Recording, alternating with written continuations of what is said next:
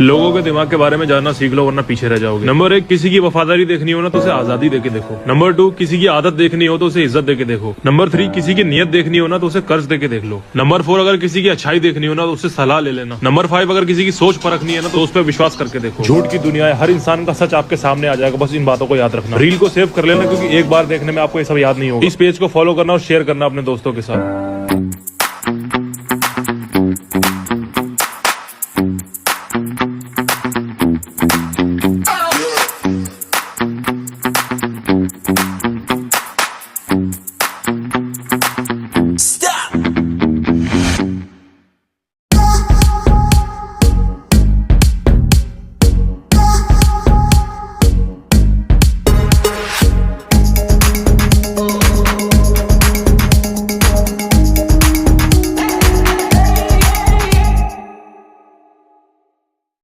Sorry ass DJ.